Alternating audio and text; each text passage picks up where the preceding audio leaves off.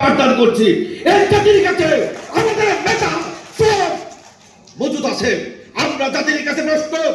আমাদের নেতা কিংবদন্তি শিক্ষক নেতা অধ্যক্ষ সেলিম স্যারের কাছে গত 7 অক্টোবর বিশ্ব শিক্ষক দিবসে ফরওয়ার্দী উদ্যানে আমাদের বর্তমান প্রধানমন্ত্রী তৎকালীন বিএনপির ভারপ্রাপ্ত চেয়ারম্যান তারেক রহমানের সামনে বক্তব্য দিয়েছেন। তারেক রহমান সেদিন প্রধানমন্ত্রী ছিলেন।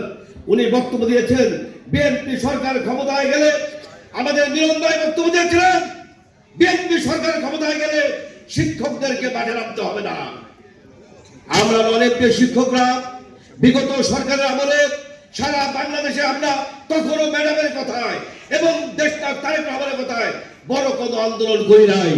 আমরা শুধু মানববন্ধন স্মারকলিপির মাধ্যমে, শুধু অবস্থান, শান্তিপূর্ণ অবস্থানের মাধ্যমে আমরা, আপনি বলেছেন ওই যে সিয়ারা